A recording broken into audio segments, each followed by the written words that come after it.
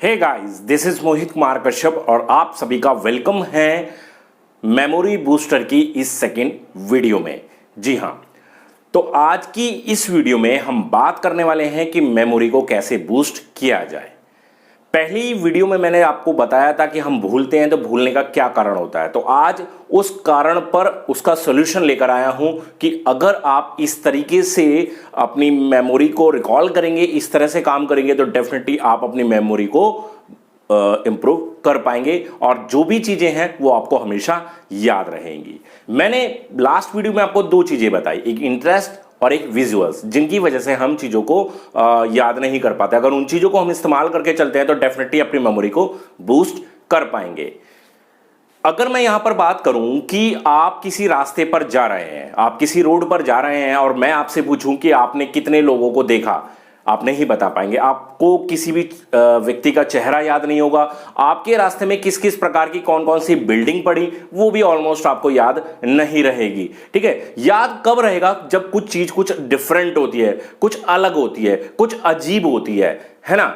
तो उसी अजीब तरीके से आपको अपने टास्क को करने की जरूरत होती है। अगर आप प्रिपरेशन कर रहे हैं, कॉम्पिटिटिव एग्जाम की तैयारी कर रहे हैं या एकेडमिक एग्जाम की तैयारी कर रहे हैं, कोई भी आपका एग्जाम है, तो वहां पर आपको जो प्रिपरेशन करनी है, उसमें जो टास्क लेने हैं वो हमेशा कुछ डिफरेंट लेने की जरूरत होती है। हमारी 5 इंद्रियां काम करती है। 5 इंद्रियां कौन कौन सी हो गई? एक स्किन यानी कि त्वचा, एक आंख यानी कि आईज, एक हमारी टंग यानी कि जीभ, एक हो गया हमारा कान यानी कि ईयर, एक हमारी नोज होती है नाक। ये 5 इंद्रियां सारा डेटा हमारे कॉन्शियस माइंड तक भेजती हैं और कॉन्शियस माइंड हमें इजाजत देता है कार्य को उसको मेमोराइज करने का, और सारी चीजें हमें उसी हिसाब से फिर याद भी रहती हैं। लेकिन जब हम रास्ते पे चल रहे हैं, अब रास्ते में हमने चीजें देखी, ठीक है, हमें याद नहीं रहेंगी क्योंकि उन्हें हमने उस हिसाब से नहीं देखा, उस तरीके से नहीं देखा, उस सेंस के हिसाब से नहीं देखा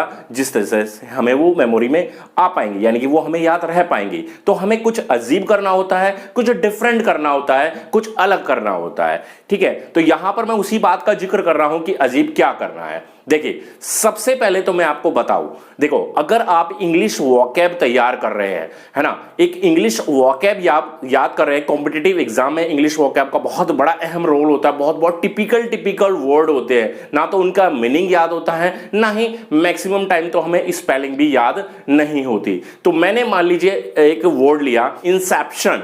अब इसको कैसे याद किया जाए? इसको याद कर सकते हैं हम कि डॉक्टर ने शुरुआत में ही इंजेक्शन लगा दिया। अब इंसेप्शन से बनाया हमने इंजेक्शन, अपने माइंड पर जोर डाला और हमने एक पिक्चर क्रिएट की कि हम डॉक्टर के पास गए, एक बीमारी थी हमें, और डॉक्टर ने शुरुआत में ही क्या लगा दिया? शुरुआत में भी क्या लगा दिया? हमें एक इंजेक्शन लगा दिया। तो इंसेप्शन से हमने इंजेक्शन, ठीक है, दोनों को हमने एक दूसरे से मैच किया। ठीक है, इंसेप्शन से बना इंजेक्शन और शुरुआत इसका हो जाता है सिनोनियम। किसी भी चीज की शुरुआत होती है, स्टार्टिंग होती है, तो उसको हम बोलते हैं इंसेप्शन। समझ रहे हैं? तो इस तरीके से आप चीजों को मेमोराइज कर सकते हैं, अपना खुद का नोट्स तैयार कर सकते हैं। हालांकि नोट्स कैसे सेल्फ नोट्स तैयार करें उसके बारे में बहुत प्यारी बहुत बेहतर ट्रिक्स मैं आपको बताने वाला हूं। ये कोर्स अब आपने ले लिया है तो इसमें बहुत सारी चीजें आपको देखने को मिल जाएंगी, क्योंकि काफी सारे ऐसे पॉइंट्स मैं यहां पर बताऊंगा, काफी ऐसी प्यारी ट्रिक्स होंगी जिनसे आप अपनी मेमोरी को बहुत बेहतर बना पाएंगे, और जो आप समस्या से जूझ रहे हैं कि आपको याद नहीं रहता, वो चीजें आप याद भी रख पाएंगे। आगे हम बात करें कि मान लीजिए हम रीडिंग करते हैं बहुत करीब हम ये मान लेते हैं कि दिन भर में हम 10-12 पेज भी तैयार कर लेते हैं। जब किसी कॉम्पिटिटिव एग्जाम की तैयारी करते हैं तो उम्र 10-12 पेज पढ़ना एक बनता भी है, लेकिन हम वहां पर चीजों को याद नहीं रख पाते।